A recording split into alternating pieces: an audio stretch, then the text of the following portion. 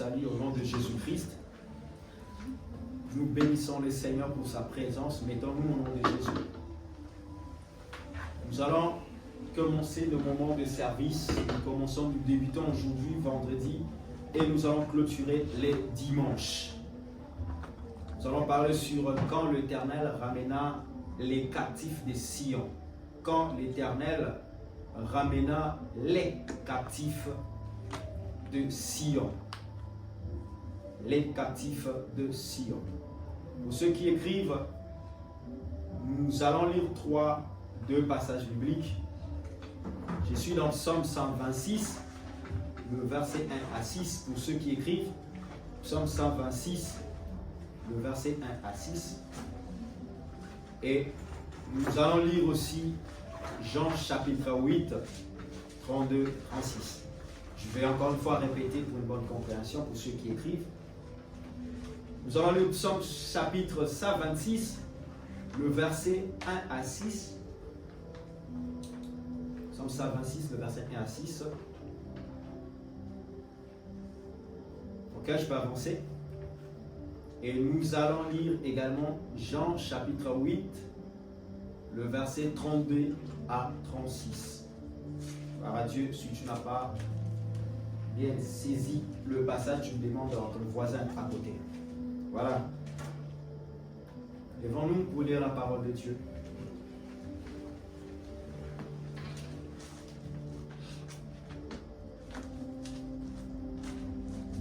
Gloire à Dieu. Nous sommes dans Psaume 126, le verset 1 à 6. 126, le verset 1 à 6. Je vais lire au nom de Jésus-Christ. Cantique de degrés.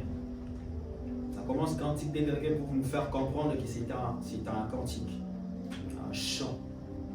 Quand l'Éternel ramena les captifs de Sion, nous étions comme ceux qui font un rêve. Nous étions comme ceux qui font un rêve.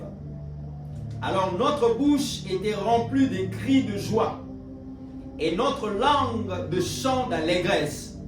Alors on disait parmi les nations, l'Éternel a fait pour eux de grandes choses. J'aimerais te dire que Dieu fera pour toi de grandes choses. L'Éternel a fait pour nous de grandes choses. Nous sommes dans la joie. L'Éternel ramène nos captifs comme de ruisseaux dans le midi.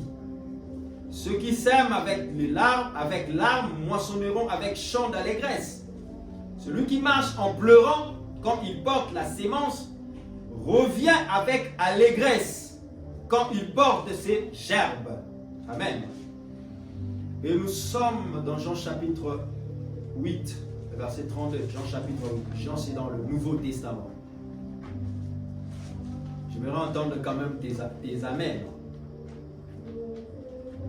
Jean, c'est dans le Nouveau Testament. Jean chapitre 8, le verset 32.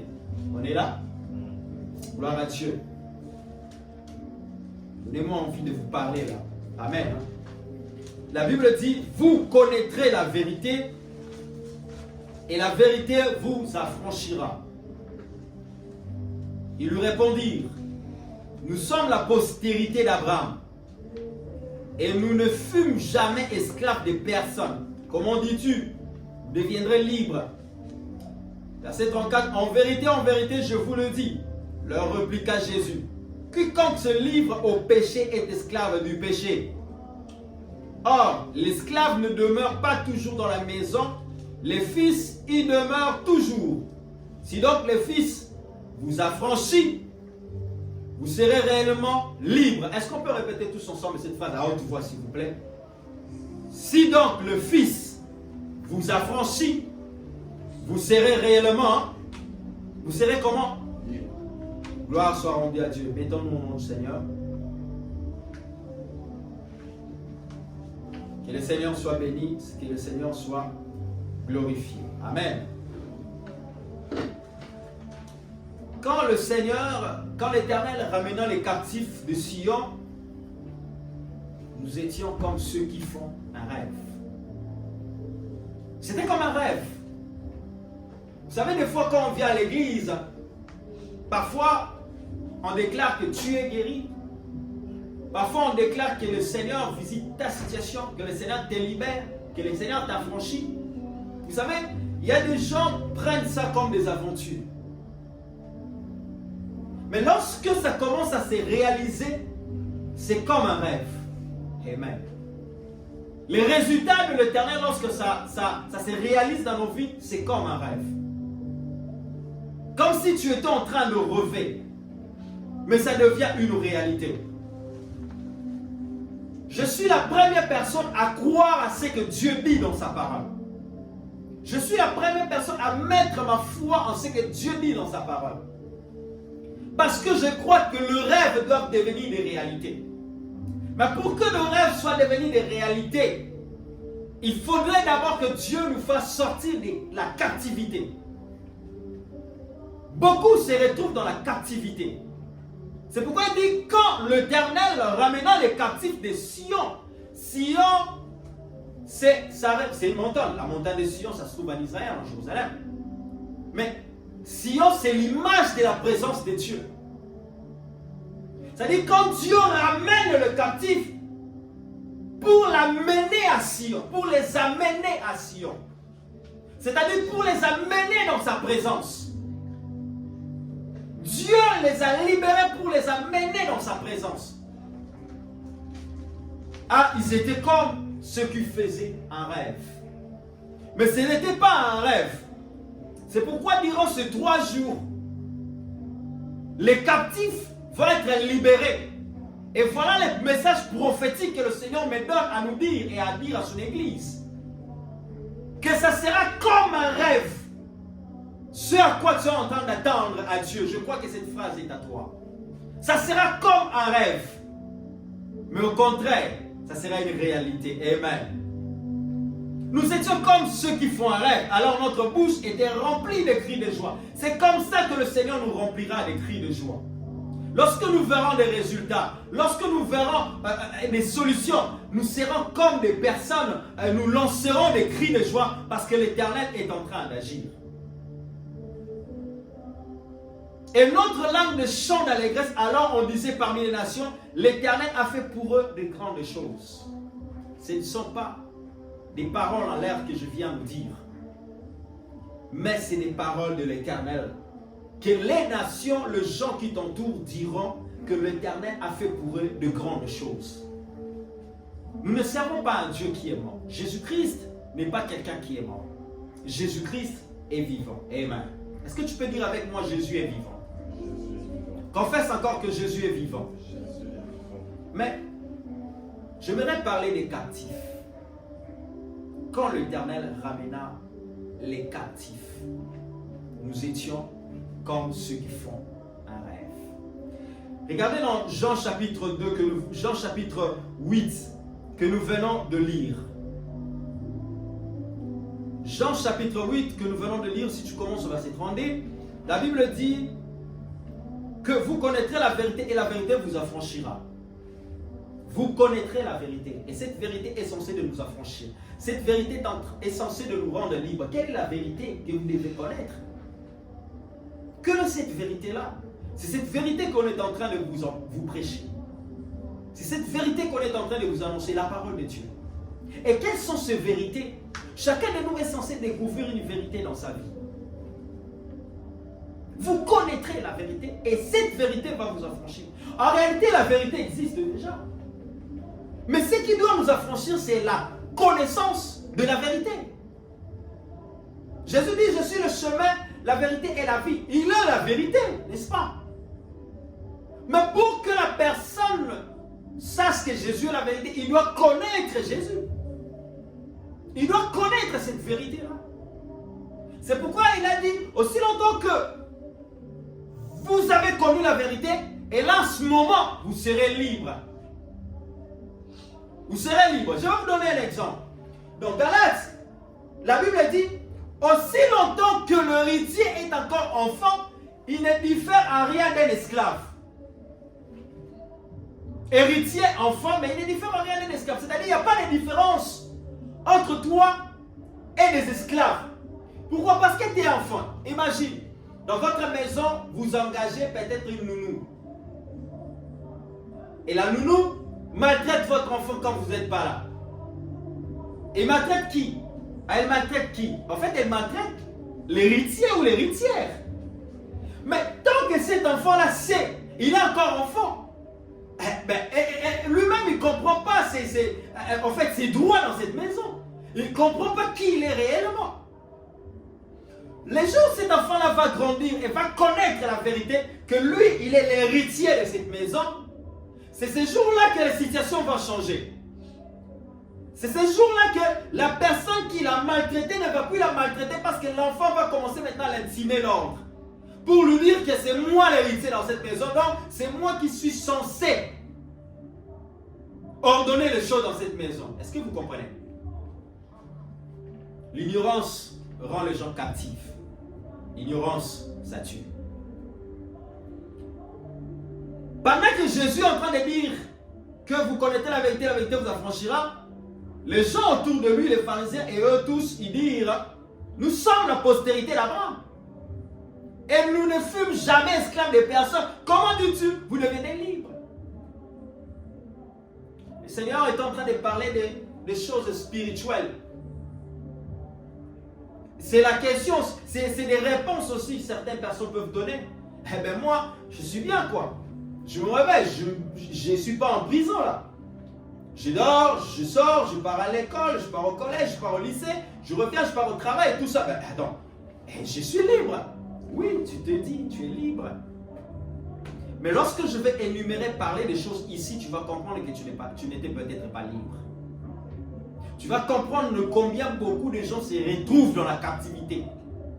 C'est pourquoi les seigneurs lui disent en vérité, écoutez, lorsque vous lisez dans la Bible, lorsque vous lisez là où le Seigneur dit en vérité, ça revient 2 fois, ça veut dire il insiste sur la chose.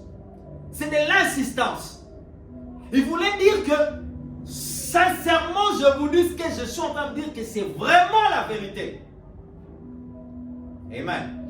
Le Seigneur Jésus voulait insister à ce point pour dire en vérité, je vous le dis.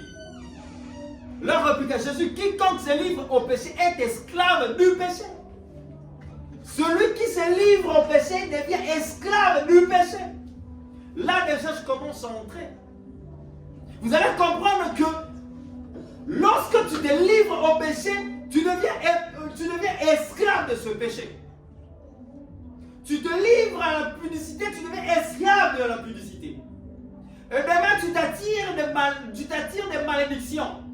Tu t'attires des mauvais esprits qui amplifient encore la chose. Et tu deviens incapable de sortir de cette chose-là. Et demain, c'est quoi les conséquences? Tu tombes peut-être enceinte, vous recevez des grossesses indésirées. Et pire encore, parce que tu sais que j'ai reçu une grossesse indésirée et je vais m'aller me faire avorter. Vu qu'ici, entre guillemets, on est à l'Europe, tout est permis. C'est-à-dire qu'on peut aller avorter comme on veut. Il y a le droit, chacun est libre d'avorter comme on veut. Or, tu ne sais pas que l'avortement, c'est un meurtre. Même si on essaie de l'embellir, c'est un meurtre. Et demain, tu avortes. Oui, gloire à Dieu. Les gens t'acclament, le médecin te dit courage.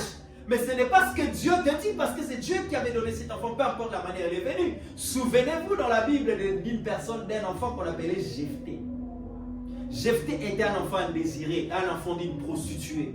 Mais plus tard, Jephthé était devenu juge en Israël. Et c'est lui qui avait ramené également la délivrance à Israël à son époque. Vous voyez, donc ça sert à rien d'aller avorter. Plus tu avortes, plus tu t'enfonces encore. Vous voyez comment ça a commencé? La pudicité, ça t'amène à une grossesse indésirée. La grossesse indésirée, ça te pousse. Vu que la famille va te rejeter, vu que les gens vont dire les choses. Allez, ça t'amène à quoi? À l'avortement. L'avortement, tu deviens un meurtre. Tu n'arrives plus à t'en débarrasser. Et ça attire les esprits impurs. Et ces esprits-là te mettent dans la captivité. Et tu as maintenant une mauvaise vie.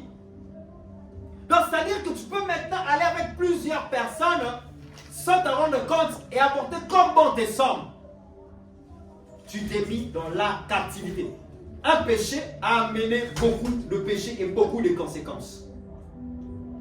Et plus tard encore, ça ne se limite pas là. Demain, quand tu arrives à un moment donné, tu vas avoir des enfants, ça n'arrive plus. Pourquoi? Parce que ta vie, tu as mal marché.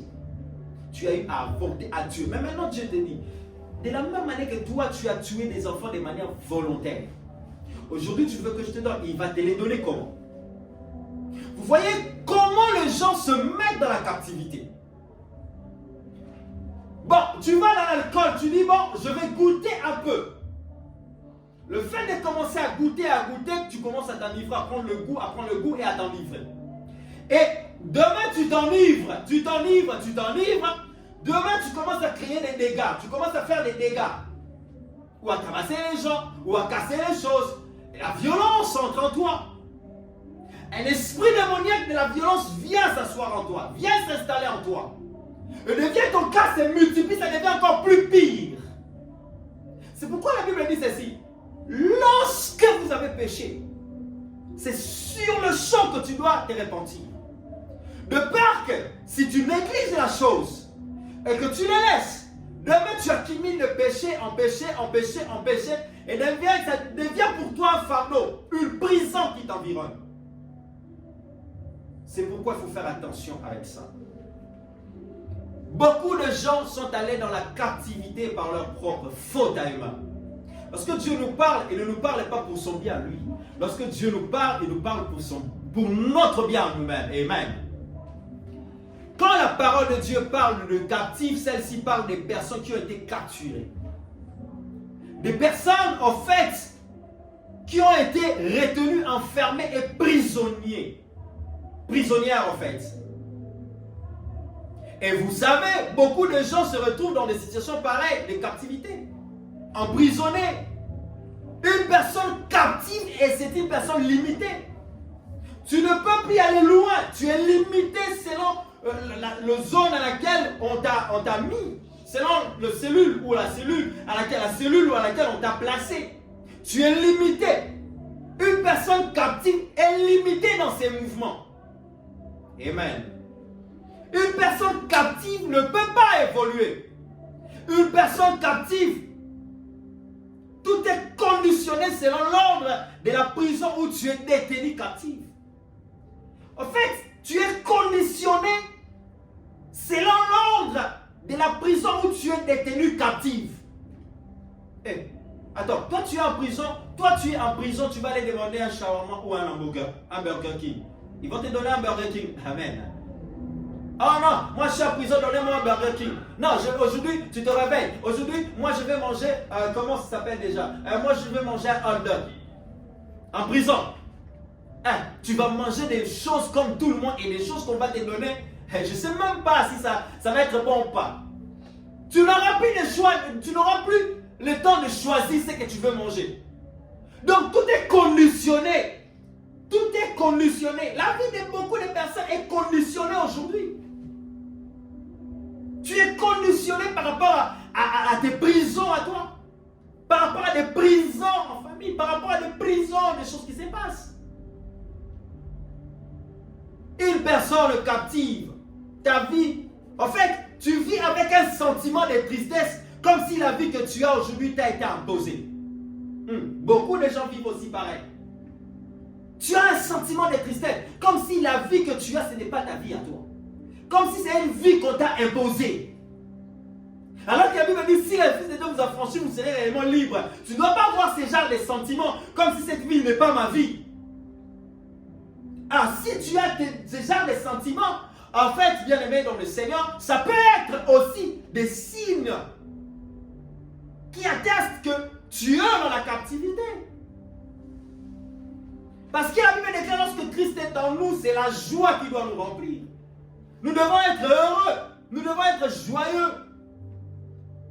La captivité te prive de ta joie. La captivité te prive de ta paix. La captivité te prive de ton avancement. Tu ne seras plus en paix. Tu n'as plus la paix. Ni dans ta maison, ni auprès de tes amis, ni dans ton entourage, ni dans ce que tu fais, tu n'as pas la paix. La captivité limite la paix. Vous pensez qu'un prisonnier se réjouit quand on lui dit, mon frère, tu vas en prison. Là, il va se réjouir. Même s'il était brigand de chez brigand, mais quand on lui dit on te condamne à peine capitale en prison, ce monsieur va toujours se plaindre. Parce que personne n'aime aller en prison. Ce n'est pas un endroit pour se retrouver. Personne ne se plaît dans la captivité. Amen. Amen. Est-ce que je parle à quelqu'un? Amen. La captivité, tu ne prospères pas. Tu ne t'épanouis pas. Dans tes études, tu ne t'épanouis pas. Dans tous les domaines de ta vie, il n'y a pas l'épanouissement. Rien ne s'épanouit, rien n'avance. Rien n'évolue. Les gens avancent. Tu as l'impression que tu es limité. Tu n'arrives jamais au bout avec la chose que tu veux commencer. Ça peut être des signes que tu es dans la captivité. C'est pour ça qu'il dit quand l'Éternel ramena les captifs de Sion. Oui, il les a appelés captifs parce qu'Israël s'est retrouvé dans la captivité. Ils étaient là dans la captivité.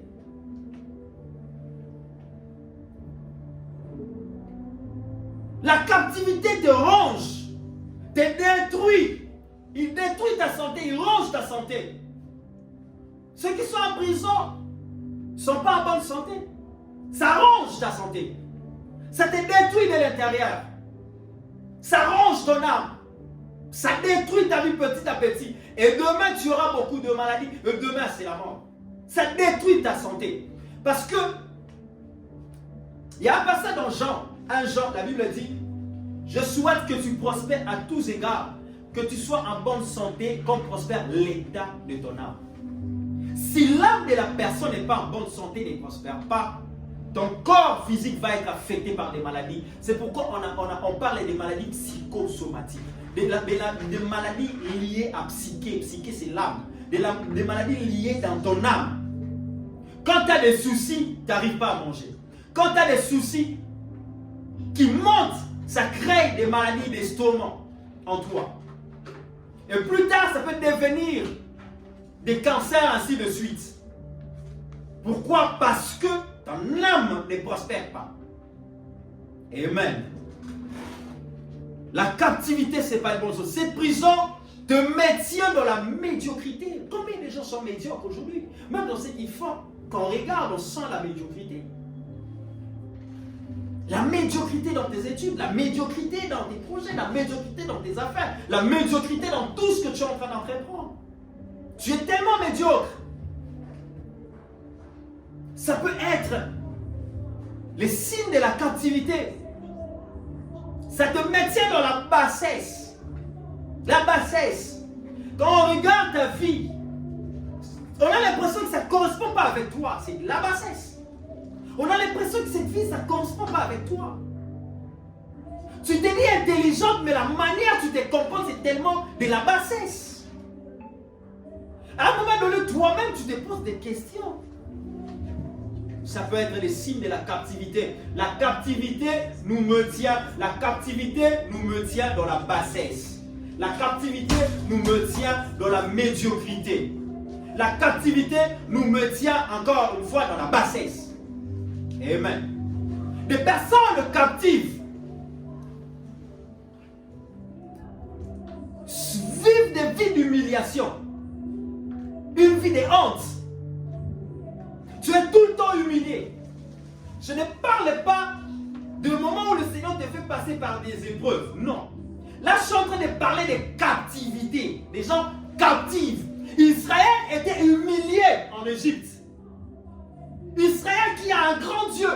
Mais Israël se retrouve devant un peuple qui l'humilie. Qui lui donne, même si tu lui donnais des concombres. Mais ce n'était pas sa place. La captivité te placera dans un endroit, dans une place qui n'est pas ta place. Amen. Celui qui est captif se retrouvera dans les endroits où ce n'est pas ta place. À cause de la captivité, beaucoup se sont retrouvés dans des mariages qui n'étaient pas leur mariage, leur place. À cause de la captivité, beaucoup se sont retrouvés dans le travail qu'il ne devait même pas faire dans sa vie. Mais il le fait parce qu'il est quelqu'un de captif. Spirituellement, tu es captivé. Spirituellement, nous nous retrouvons dans des prisons. C'est pourquoi Jésus a dit, si le Fils vous affranchit, vous serez réellement libre. Vous serez libre. Vous serez libre.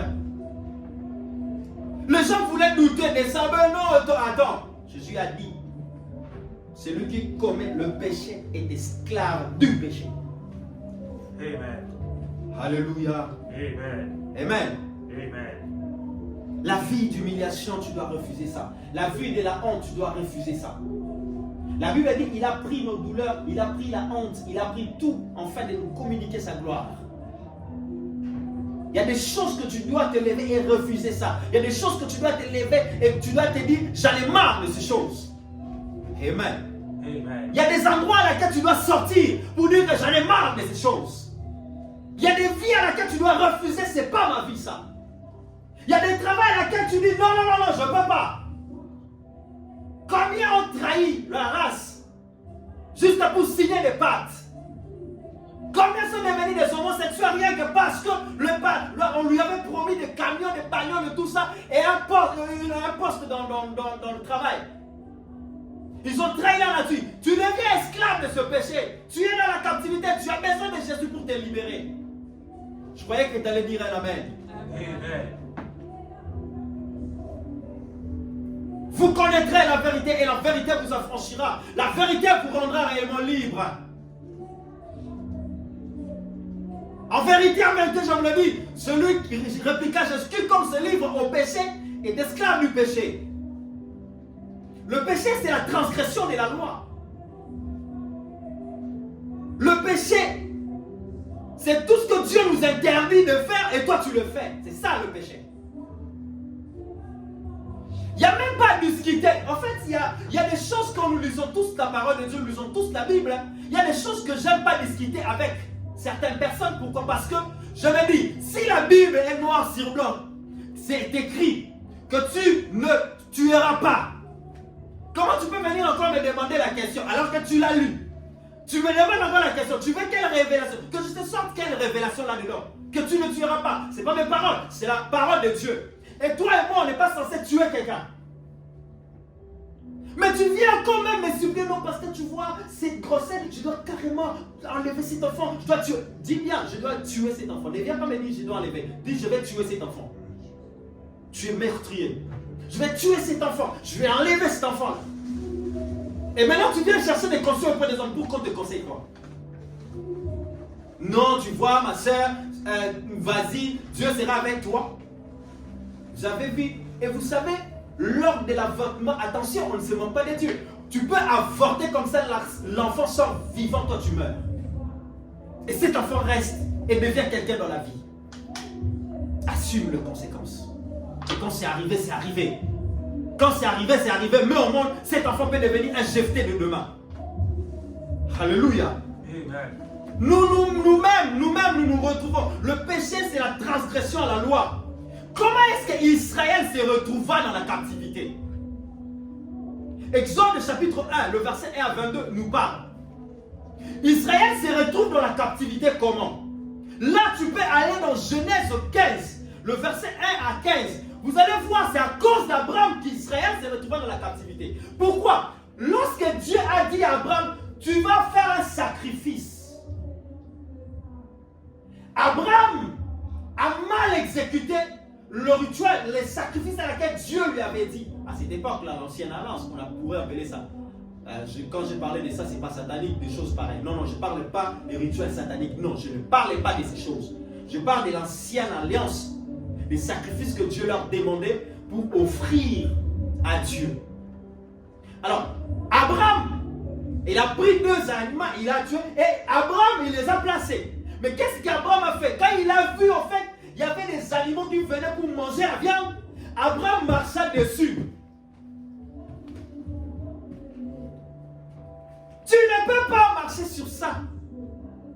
C'est à cause de cet acte que Dieu lui a dit, Abraham, tes enfants se retrouveront dans la captivité pendant 450 ans. Les pères ont mangé le raisin et c'est le dent des enfants qui sont à casser. Abraham a commis un péché. Et à cause de lui, ses enfants s'est retrouvés dans la captivité. Amen. Amen. Heureusement qu'Abraham s'est racheté. Je dis bien heureusement qu'Abraham se racheta. Comment il s'est racheté?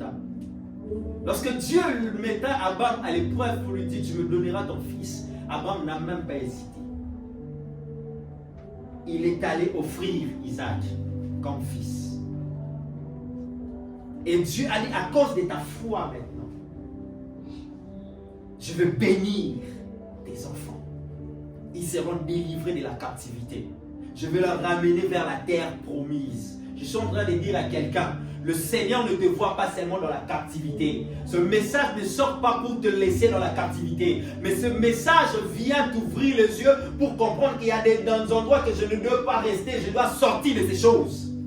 C'est ce qu'on appelle, vous connaîtrez la vérité. Amen. Amen. Abraham, à cause d'Abraham, combien de gens se retrouvent aujourd'hui à cause de situations et des choses qu'ils ont fait? Leurs parents, leurs ancêtres, leur arrière-grand-père. Je ne te dis pas d'aller chercher ton arrière-grand-père. Mais à certaines choses, ça devient répétitif. Quand tu vois la chose commencer à se répéter, ton arrière-grand-père a fait ces choses. Ton grand-père, ton arrière-grand-père encore, arrière-grand-père a fait, l'arrière-grand-père, grand-père, ton père, et ça descend encore sur toi. Mon frère, tu dois chercher Dieu.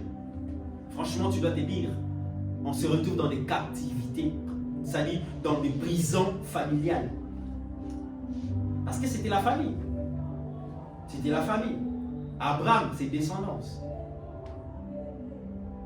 Et des choses que tu dois sortir de ces choses.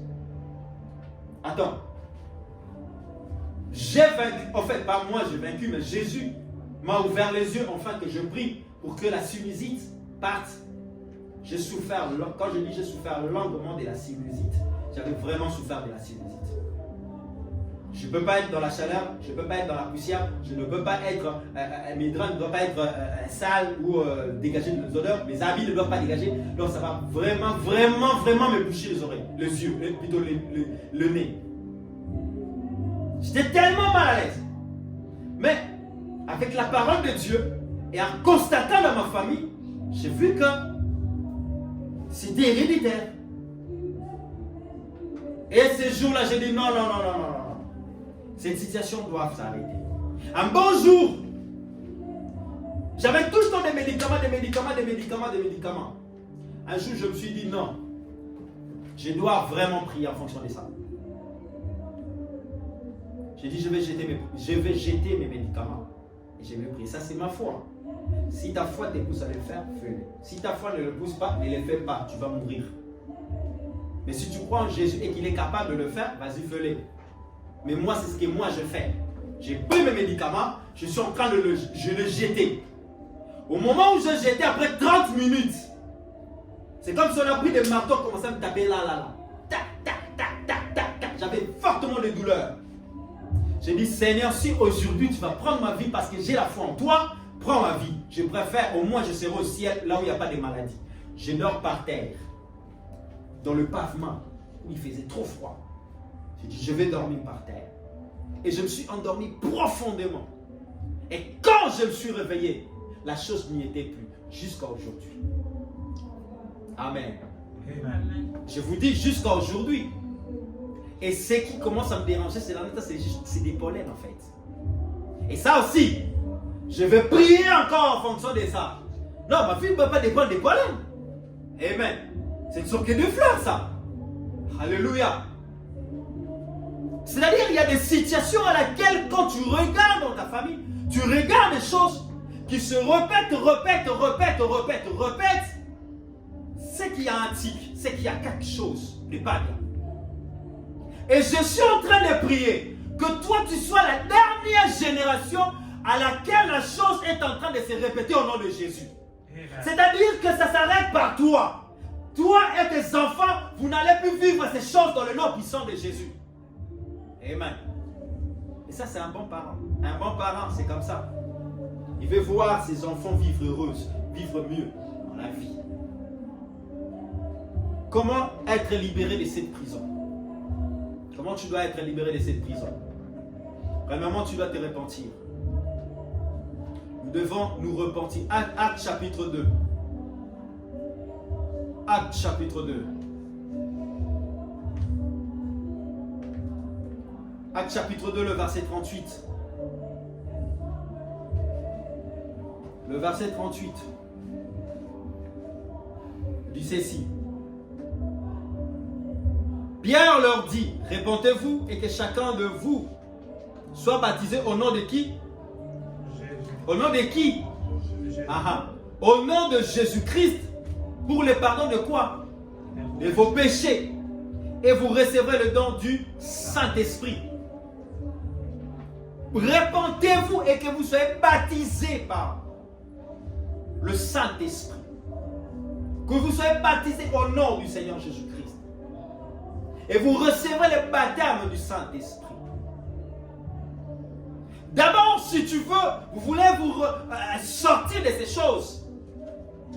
L'Esprit de Dieu vous aidera à localiser des choses qui se sont faites dans vos familles. D'autres personnes, comme dans Juge chapitre 6, là on parle de Gédéon. Gédéon, qui son père, dans la maison de son père, il y avait de l'idolâtrie dedans. En fait, il y avait des statues érigées des Baals. Le Seigneur voulait commencer une délivrance pour Israël. Il voulait commencer la chose avec Gédéon. Mais il ne pouvait pas commencer la chose avec Gédéon aussi longtemps que dans leur maison, il y avait ces statues de Baal dedans. C'est pourquoi il a dit à Gédéon, va d'abord dans la maison de ton père. Je suis avec toi, mais va d'abord dans la maison de ton père. Va renverser le statut de Baal qu'il y a dedans. Amen. D'autres personnes, c'est peut-être certaines religions occultes. D'autres personnes, vos parents ont été dans l'occultisme sans vous le dire. D'autres personnes, ils ont touché à des choses, à des cris-cris. D'autres situations, ça se répète parce qu'un tel a vendu ses enfants. D'autres choses, ça serait... Donc, il y a beaucoup de choses là-dessus. Et que le Saint-Esprit commence à vous aider, à vous orienter, à vous localiser sur ça.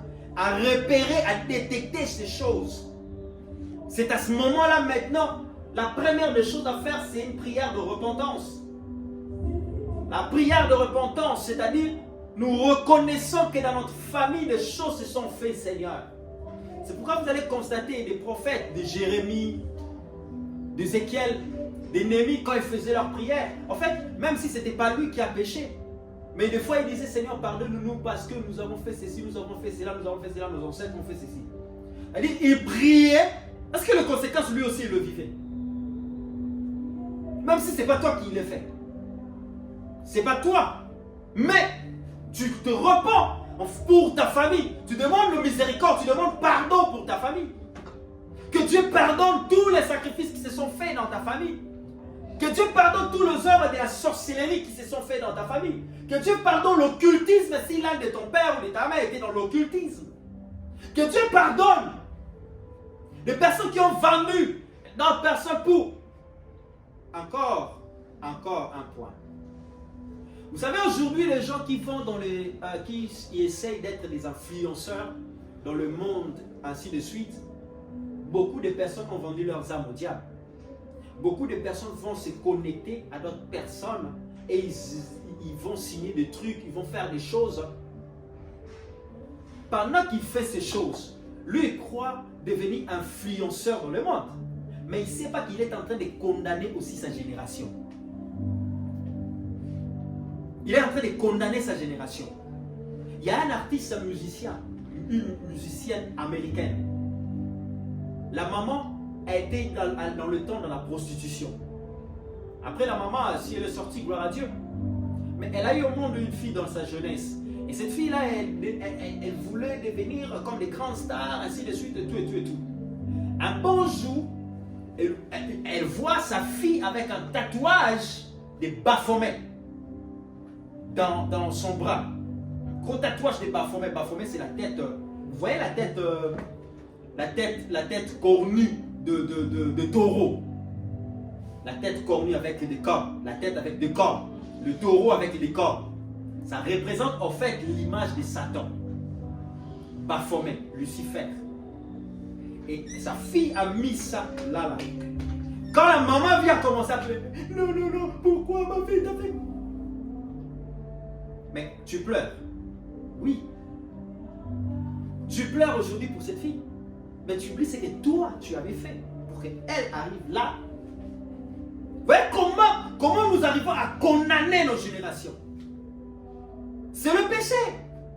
Aller en occultisme, c'est le péché. Toucher à la sorcellerie, c'est le péché. Tout ça, c'est des péchés, c'est des choses que Dieu a interdites. Dans Deutéronome, dans le Lévitique, des choses que Dieu a interdites. Tu ne feras pas passer tes enfants sous le feu, ainsi de suite. Ou sous les pieds, faisant des rituels, des trucs, tout ça. Non! C'est des abominations aux yeux de l'Éternel. C'est Dieu qui bénit. Alléluia. C'est pas en faisant passer tes enfants dans tes pieds, en jetant des salives sur tes enfants que tu crois que tu le bénis. Tu ne le bénis pas. Des pratiques sorcellériques que d'autres sont en train de reproduire sans même le savoir. Amen. Faisons trop attention à des choses que nous faisons aujourd'hui, car nous pouvons condamner notre génération demain. Les choses que nous pratiquons aujourd'hui, ça peut condamner ta génération, ta descendance demain. Toi tu pars, mais tu laisses ta descendance avec la désolation, avec des problèmes. C'est pourquoi tu dois être consciente.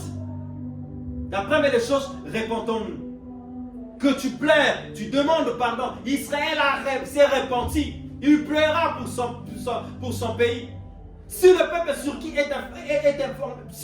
sur qui est invoqué mon nom s'humilie, prie et cherche ma face, Dieu dit, je me laisserai trouver pardon.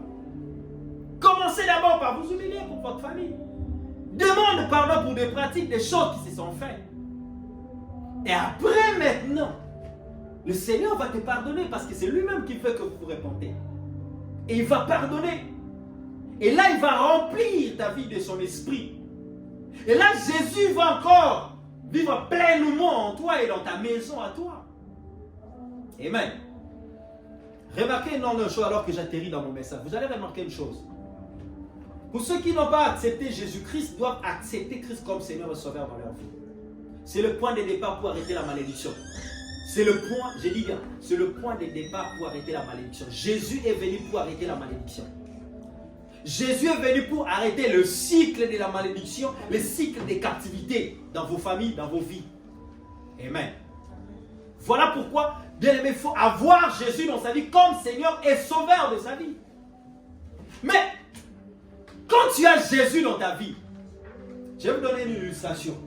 Tout à l'heure, quand je priais, je disais à Dieu, Seigneur, mais quand je t'ai reçu dans ma vie, n'est-ce pas que toutes ces choses-là, la malédiction s'est arrêtée? Le Seigneur m'a dit, oui, exactement, la malédiction s'est arrêtée. Mais regarde, deuxième point des choses qu'on va faire. Lorsque tu prends un robinet, en fait, tu ouvres un robinet, l'eau, ça coule, non? Ici, là, ça remplit ici. Pour arriver à arrêter, pour que l'eau, ça ne coule plus, qu'est-ce qu'on doit faire? On doit fermer le robinet. En fait, Jésus vient, il est comme celui qui ferme le robinet. Maintenant, il y a l'eau, des flaques d'eau qui restent, qu'on doit enlever. C'est ça que tu dois maintenant prier avec autorité. C'est ça les prières d'autorité. C'est-à-dire les flaques d'eau où tu dois prendre tes torchons, torchonner, en fait passer la serpillère, ainsi de suite, pour enlever cette eau-là. Des faits qui se sont manifestés. Des choses qui sont restées. Les démons qui veulent s'accrocher encore pour continuer à s'accrocher à la chose que Dieu t'a... La malédiction, Dieu l'a déjà arrêtée. Mais il y a des esprits un peu qui vont vouloir réclamer des choses. C'est là maintenant que tu dois prier avec autorité. Que tu dois faire des prières d'autorité. Tu ne dois pas faire des prières tant que tu es devenu aussi longtemps l'héritier est encore enfant, il est différent de rien d'un esclave. Maintenant que tu es enfant de Dieu, maintenant que tu as reçu Jésus comme Seigneur et Sauveur et que tu es rempli de l'Esprit, tu dois maintenant commencer à user de ton autorité, à déclarer, à détruire les choses. Je croyais que tu allais dire un amen. Tu détruis les choses, tu détruis les choses. Je vais finir par ces passages qu'il va vous donner et c'est par ces passages qu'on va prier. Actes chapitre 19, verset 15 à 20. Actes chapitre 19, verset 15 à 20. Écoutez, Actes chapitre 19, verset 15 à 20. Tu peux lire tout le chapitre, mais moi je connais l'histoire, je commence par 15. La Bible dit, l'esprit malin. Je vais commencer au verset 14. Plutôt verset 13. Quelques exorcistes juifs ambulants essayèrent d'invoquer sur ceux qui avaient des esprits malins le nom du Seigneur Jésus en disant, je vous conjure par Jésus que Paul prêche. Ceux qui faisaient cela étaient 7 fils de Séva, juifs, l'un des principaux sacrificateurs. Et je vais dire encore une chose. Ne pense pas que puisque tu es l'enfant du pasteur, que les démons ne peuvent pas t'atteindre. Attention. Ces 7 fils de Séva, leur père était sacrificateur. Il était sacrificateur. Mais vous allez voir par la suite ce que les démons ont fait à ces hommes. La Bible dit, l'esprit, verset 15, l'esprit malin leur répondit, je connais Jésus. Et je sais qui est Paul. Et vous, qui êtes-vous? Ça, c'est une question d'identité. À qui appartiens-tu? Est-ce que tu appartiens vraiment à Dieu? Est-ce que tu appartiens à Jésus? Est-ce que tu as vraiment donné ta vie à Jésus? Et l'homme dans lequel était l'esprit malin s'élança sur eux, s'est rendu maître de tous deux, et le maltraita de telle sorte qu'il s'enfuit de cette maison nu et blessé, nu et blessé, nu et blessé. Et une seule personne possédée par les démons, il a tabassé 7 fils de 7 fils de Séva. Il a tabassé 7 personnes. Plusieurs de ceux qui avaient, verset 18 ans, plusieurs de ceux qui avaient cru venaient confesser et déclarer ce qu'ils avaient fait. Ils venaient faire quoi? Amen. Ils venaient faire quoi? Confesser et déclarer ce qu'ils avaient fait. Mais regardez la suite et la fin. Verset 19. Et un certain nombre de ceux qui avaient exercé les arts magiques, ayant apporté quoi? Leurs livres, et faisant quoi? Les brûleurs devant tout le monde, en estimant la valeur à 50 000 pièces d'argent. C'est ainsi que la parole du Seigneur croissait en puissance et en force. Tu peux lire un amen avec cette parole? Est-ce que tu peux lire avec moi? C'est ainsi que la parole du Seigneur croissait en puissance et en force. Cette parole que je vous prêche va croître en puissance et en force dans vos vies. La vérité qui a été libérée va croître dans vos vies en puissance et en force. Pourquoi la puissance et la force? Parce qu'il est venu faire sortir des forces de personnes qui se retrouvaient captives dans des prisons sataniques, dans des prisons familiales, dans des prisons, je ne sais pas moi de quoi. Et la parole de Dieu est venue. C'est pourquoi la Bible déclare, vous connaîtrez la vérité vous affranchira. C'est la puissance de Dieu qui va libérer, qui va ramener Israël captif de Sion. C'est-à-dire, il te ramène les captifs en Égypte pour t'amener à Sion dans sa présence. Alléluia. Les gens apportaient leurs livres, les gens apportaient des choses. Ceux qui pratiquaient des arts magiques, ils venaient avec toutes ces choses. Ils venaient confesser publiquement. Moi, j'étais dans la sorcellerie. Ils ne cachent pas. On va prier la confession. Non, la Bible dit, ils venaient. Moi, Pierre, voilà. Ça, c'est des livres ésotériques. Des livres ésotériques. Faites attention à des livres que vous lisez. Faites attention à des choses que vous faites même dans des Facebook. Vous savez, aujourd'hui, les Saint-Esprit sont en train de m'orienter. Beaucoup de serviteurs de Dieu, beaucoup de servants de Dieu, et même des enfants de Dieu, et tout le monde se retrouve dans des captivités. Pourquoi? Vous allez sur Facebook, il y a certaines personnes qui publient, ils disent, lorsque tu introduis ça, tu écris simplement ton nom, ça va te donner ce que tu es. Ça va décrire qui tu es, ça va décrire en fait ton caractère, et ce que tu seras demain, c'est de la divination, la sorcellerie dans les réseaux sociaux. Amen. Et vous vous retrouvez dans ces choses. Et même les chrétiens, moi, tu le vois avec une photo à côté. Moi, je suis une femme, plutôt Elisabeth, une femme de caractère, une femme soumise, une femme joyeuse, mais on le détruit toujours. Il reçoit toujours des déceptions des gens. Et plus tard, il deviendra ça, il deviendra ceci. C'est de la divination, la sorcellerie. Ne t'étonne pas si demain ta vie ne marche pas. Tu veux aussi chercher des sorciers dans ta famille, regarde ce que tu fais. Les gens venaient avec des livres, même dans les réseaux sociaux, nous nous retrouvons avec des sorciers, des fétichards, des occultistes, et ils sont là ensemble avec nous. Ils sont là, vous publiez des choses. Venez, vous aurez du succès. Venez, vous aurez de l'argent. Venez, vous aurez ceci. Et machin. Tu veux captiver une femme. Viens, les secrets. Il y a même hier, j'ai bloqué une personne. J'ai bloqué cette personne. Pourquoi? Parce que si je le laisse, tout ce qu'il lui publie, même les gens qui sont amis avec moi vont le voir. Je l'ai bloqué pour qu'il ne continue pas à le faire. Comment il s'est dit prophète? Mais lorsque je regarde, il dit, venez, je vais vous enseigner l'art mystique. J'ai dit, t'es malade, t'as un problème dans ton esprit. Alléluia. Le monde dans lequel nous nous retrouvons aujourd'hui, tous les pasteurs, les hommes de Dieu, les personnes qui veulent comprendre les secrets de l'art mystique de Dieu, j'ai dit, impossible, impossible. Le Seigneur n'a même pas utilisé ce genre de langage dans la Bible. Alléluia. Voilà comment on se connaît. Voilà comment on se connaît dans des malédictions. On se met nous-mêmes dans des positions de captivité. On devient, oh tu es qui? Ami. Vous savez ce qu'on appelle ami? Vous savez ce qu'on appelle ami? Ami, c'est une alliance. Jésus dit, je ne vous appelle plus des serviteurs, mais je vous appelle des amis. Parce que tout ce que j'ai appris, je vous l'ai montré. Et même sur Facebook, on devient amis avec tout le monde. Et les sorciers et les féticheurs, ils sont vos amis. Attends, quand tu te retrouves avec de tels amis féticheurs, tu penses qu'ils viennent faire quoi dans ta vie? Les voleurs ne viennent que pour détruire, égorger et tuer vos vies. Vous savez ce qu'on appelle l'envoûtement? Vous savez ce qu'on appelle les mauvais sorts? Quelqu'un peut prendre des livres magiques comme ça, il commence à lire et à t'envoûter. Alléluia. On peut nous envoûter par 5 sens. Par les yeux, les gens peuvent t'envoûter. Oh non, il m'avait séduit par les yeux. On peut t'envoûter. Par le coude, on peut t'envoûter. Rien que le son d'une musique mélancolique occulte peut t'envoûter. Par l'odorat, rien que le son, rien que l'odeur du parfum peut envoûter les gens.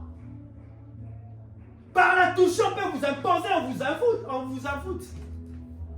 C'est pourquoi ne donnez pas non plus aussi vos têtes à n'importe qui. Alléluia. Ne vous donnez pas vos têtes à n'importe qui. Si tu n'es pas sûr de ton pasteur, si tu es dans une église et que tu es sûr de ton pasteur, il te pose la main. Mais on t'invite dans une église, je ne sais pas où, tu vas là-bas, et pasteur, il te pose la main. Tant que tu ne connais pas la personne, mon frère, fais attention. La Bible dit d'ailleurs, ne soyez pas, même nous les pasteurs, la Bible dit, ne nous précipitons pas à imposer rapidement les mains aux autres. C'est pourquoi rarement j'impose les mains. J'impose quand le Saint-Esprit me dit d'imposer. Alléluia. La captivité. Combien se retrouvent dans des captivités? Excusez-moi, je devais parler de ça. Je devais parler de ça. Parce que tu ne peux pas prier si tu ne connais pas la vérité. Tu ne peux pas bien prier si on ne t'a pas révélé les choses. Comment tu vas prier? C'est pourquoi beaucoup viennent seulement prier. Seigneur, vois ma vie, vois ma vie. Oui, vois ma vie, vois ma vie. Il voit déjà ta vie. Même quand les sorciers vont tuer les gens, le Seigneur le voit. Même quand les féticheurs font des trucs derrière, Dieu le voit tous. Mais tu dois prier avec des révélations. Tu dois prier en fonction de la vérité de la parole de Dieu. Qu'est-ce que la parole de Dieu te dit? Et toi, tu dois prier en fonction de ça. Amen. Amen. Amen. Sortez de ces choses. Refusez ces prisons. Refusez ces choses. On peut t'envoûter par les yeux. Même à la télé, on peut t'envoûter. Dans les réseaux sociaux, on peut vous envoûter. D'ailleurs, dans l'occultisme, on appelle ça hypnotiser quelqu'un. On peut te dire, tu regardes un truc, tu fixes. Tu es en train de regarder. Tu es hypnotisé. Les démons viennent s'installer en toi. Amen. Faisons trop attention. Le monde dans lequel nous vivons, ce n'est plus le monde d'hier. Hein? Aujourd'hui, on est tellement mélangé avec des mauvaises personnes. Le mal a tellement empiré que mon frère, même dans tes prières, tu ne dois plus faire des aventures. Quand tu pries, prie avec autorité. Un homme a dit, toute prière est importante à condition que tu sois saint. Mais prie mon frère. Si tu dois prier, tu dois détruire les choses spirituellement. Tu renverses les choses spirituellement. Tu déclares les choses spirituellement. Fais-les. Amen. Amen. Les gens venaient avec les livres. Les gens qui ont les arts magiques, ils venaient avec tous ces livres. Pourquoi ils venaient avec ça? Parce qu'ils voulaient que les armes de Dieu, Pierre, les apôtres, les disciples de Jésus, doivent brûler ces choses. Tu ne peux pas garder ces choses dans ta maison. Ça s'appelle des objets familiers. Des points de contact diaboliques. À laquelle le malin sait que mon objet est dans cette maison, je vais le réclamer. Faites sortir des livres qui se retrouvent dans vos maisons occultes. Des livres ésotériques. Brûlez tout. D'ailleurs, tu ne le lis même pas. Allez, brûle. Oh, c'est des livres. Il y a même des gens, tu vois, dans la maison, son père, son arrière-grand-père a utilisé, il a laissé toute une bibliothèque des livres là, ésotériques qui est restés là. Ça, c'est les livres de notre grand-père, mais tu ne lis jamais. Brûle ça. Amen. Amen. Brûlez ces choses. Remplacez ça par la Bible. Remplacez ça par des Bibles et des hommes de Dieu qui ont écrit des témoignages. Remplacez ça. Des pratiques qui se sont faites. Ces gens, ils ont dit non, non, non, non, non. Et des personnes qui ramenaient ça, c'était des grands magiciens. Ce n'étaient pas des petits magiciens, mais qui ramenaient tous ces livres, tous ces objets, toutes ces choses. Toutes choses que tu trouves anormales dans votre maison. Moi, je suis comme ça. Je suis tellement sensible à des choses. Je connais pas mal de choses dans le monde spirituel que je suis tellement sensible même à des symboles. Je peux venir chez vous, dès que je vois un symbole qui n'est pas bien, je te dis, ah, enlève ça. Si tu ne l'enlèves pas, l'essentiel, moi j'ai fait ma part, je te le dis. Tu veux la révélation, je te le dirai, la révélation de la chose. Tu veux garder, tu laisses. Les conséquences, c'est vous qui les subissez, pas nous. Amen. Chacun subit ses conséquences à lui. Chacun de nous subit ses conséquences à lui. C'est pourquoi ôtez ces choses de vos maisons. Gédéon, enlève ces prophètes de Baal, va enlever ces statues de Baal dans vos maisons. C'est la prière que nous allons faire. On va clôturer avec ça. Parce qu'on continue les vendredis. Amen. Amen. Est-ce que tu peux acclamer le Seigneur? Non, je voudrais entendre quelqu'un acclamer le Seigneur. Lèvons-nous, on va prier. Lèvons-nous, on va prier. J'ai la sainte colère des choses qui doit partir. Il y a avec moi la sainte colère. On va faire juste une seule requête. Et dans cette requête, les 20 heures pile, je suis dans l'heure. Et dans cette requête,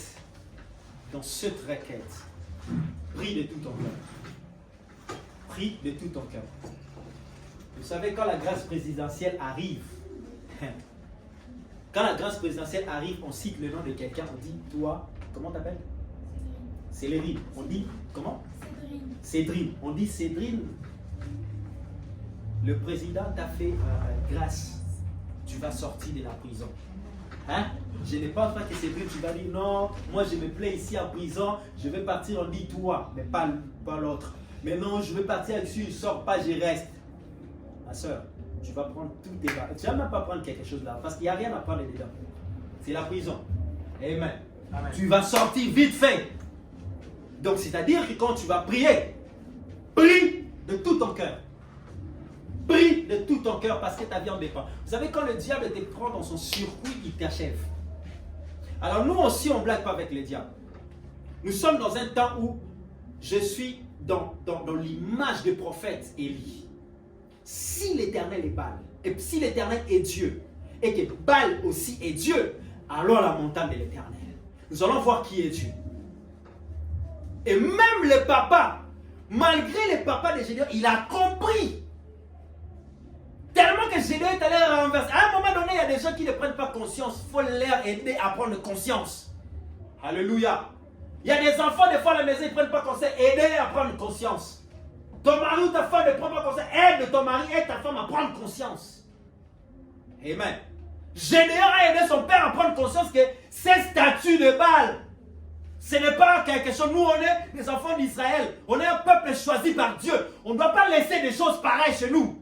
L'enfant est allé détruire ça la nuit. Et quand le matin, les gens sont venus pour réclamer, mais qui a fait ça, qui a fait ça? Le père s'est racheté. Il a dit, ben oui, c'est mon fils. Et si Baal est Dieu, qui vient défendre lui-même sa cause. Amen. Amen. Qui vient défendre personne. Et puis il a dit, celui qui osera, il sera par terre.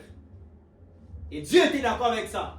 À un moment donné, il faut te lever comme Gédéon. Lève-toi dans ta famille. Quand tu vois que les gens dorment, les gens ne sont pas conscients, toi, lève-toi dans ta famille. C'est à partir de toi que Dieu peut commencer à changer les choses. Gédéon, c'était un garçon. Mais à partir de Gédéon, qu'à ce jour-là, Israël a été délivré des Madianites. Amen. Dieu peut délivrer ta famille à cause de toi, enfant. Dieu peut délivrer ta famille à cause de toi, papa, maman. Revêtez-vous de la sainte colère. Nous sommes dans un temps où on ne doit pas faire des aventures. Amen. L'heure est grave. Tu vas dire merci à Dieu par rapport à ce que tu as entendu. Remercie d'abord le Seigneur par rapport à ce que tu viens d'écouter. Dis à Dieu merci tu m'as ouvert les yeux. Ta parole m'a ouvert les yeux. Est-ce que tu peux prier au nom de Jésus? Commence à prier là où tu es. Commence à dire merci au Seigneur. Parce que la Bible déclare, vous connaîtrez la vérité et la vérité vous affranchira. La vérité vous rendra réellement libre. Ainsi, dis merci au Seigneur parce que Dieu t'a révélé des choses que peut-être beaucoup ne savent pas, beaucoup ne les connaissent pas. Tu vas dire merci au Seigneur, Père. Nous te disons merci. Nous te rendons grâce, éternel Dieu des armées, parce que toi, tu t'es révélé à nous à travers ta parole. Tu nous as révélé des choses qu'on ne connaissait pas, Seigneur. Merci, tendre Père. Merci, Dieu Tout-Puissant. Dieu de bonté et de miséricorde. Je viens te rendre des actions de grâce. Je viens te remercier, Seigneur. Alléluia. Parce que nous étions ignorants. Mais ta parole nous a révélé des choses. Ta parole nous a révélé c'est quoi la captivité. Ta parole nous a révélé, Seigneur Dieu Tout-Puissant, Papa. Comment sortir de la captivité, Père éternel. Ainsi, nous venons te dire merci. Nous venons te rendre grâce, tendre Père. Nous venons te bénir. Toi qui es bon, fidèle et merveilleux, Seigneur. Nous te disons merci pour ces vérités. Merci, Seigneur, parce que tu m'avais choisi là, afin de représenter ma famille, de représenter mon foyer, de représenter, Seigneur, mes enfants, de représenter, Père Tout-Puissant, mon couple, de représenter, Seigneur. C'est pourquoi je te bénis, je te rends grâce pour les vérités que tu nous révèles, qui viennent nous affranchir, pour les vérités que tu nous révèles, qui viennent nous rendre